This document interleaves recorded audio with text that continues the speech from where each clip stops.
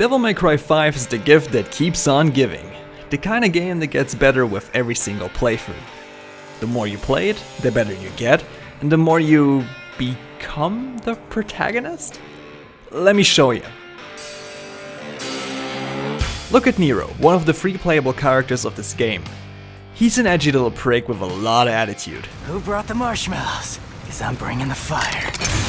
Bit of a hothead, full-time deadweight, doesn't care about any demon or their status, and always has the last say. Cool trick! Hey, do you do parties? More importantly though, everything he does is just freaking cool. But as you gain control, this cool factor shatters, as you're not even close to his style in the cutscenes. Playing for the first time, all I did was mashing buttons. Bit of slashing, bit of shooting, not much thinking going on. It's a lot of fun, but not as stylish as those cutscenes just looked. As you play a first round of DMC, you'll be unlocking new moves all the time, but you're never given a reason to use them beyond looking cool. If you don't, there'll be a gigantic gap between gameplay Nero and cutscene Nero. Once I finished my first run of the game and started the newly unlocked Son of Sparda, aka Hard Mode, something changed for me. My gameplay started to look a lot more like this. Stylish, sleek, over the top, just like in the cutscenes. What exactly happened? Son of Sparda modifies a few things. First up, enemies gain new moves. You're suddenly not as safe in the air as you've been before. Secondly, you do less and enemies more damage. Spamming the sword button doesn't automatically win every match for you, since you can't stagger enemies as easily anymore. The third and most interesting change though, enemy placements get slightly reshuffled. Entering the same room on 2 difficulties creates an entirely new matchup. Suddenly you must fight an enemy with Nero which you never fought before. And that one enemy is Fury. Well, technically, you can just walk right past him this one time in the game where he's more of a pushover than a threat, but let's just ignore it and get to the point. Usually, Furies are exclusive to Dante for the entirety of the game. Makes perfect sense to me.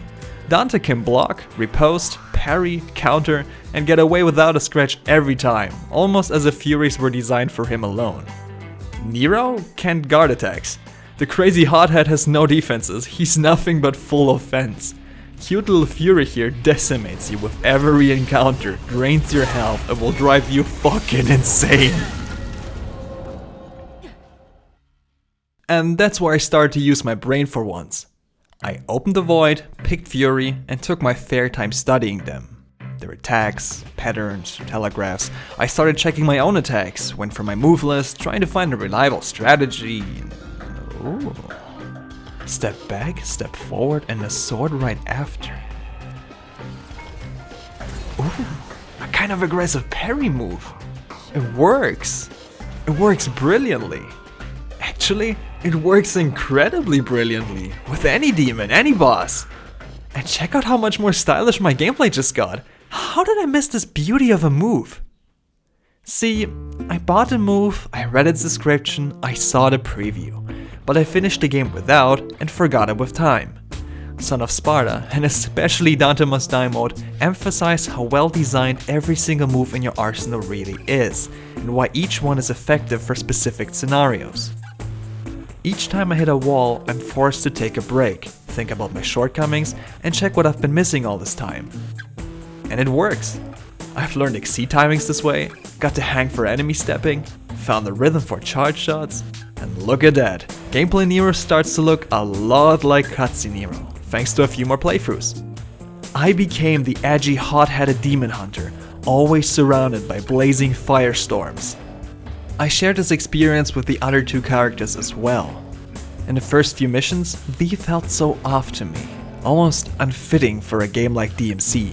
You don't control him, but rather watch his 2 pet demons do the work, while you wait. Your job is finishing what they started. Now though, I feel like a calculated mastermind, saving my power for the finishing blow. Dante went from absolutely overwhelming, with 4 styles, 4 melees, 4 ranged, 4 levels per style, separate states for weapons per level changes, to a weapon switching maniac, full of fun, ridicule, and style. The first playthrough is like a tutorial. The ones following are for mastery. And I think DMC just gets better with every single hour you pour into it. According to Steam's achievement stats, not enough people try to go through the effort. Please try it and see for yourself if you haven't already. Even though it's hellishly hard, I'm on my way and determined to get a 100% completion stamp.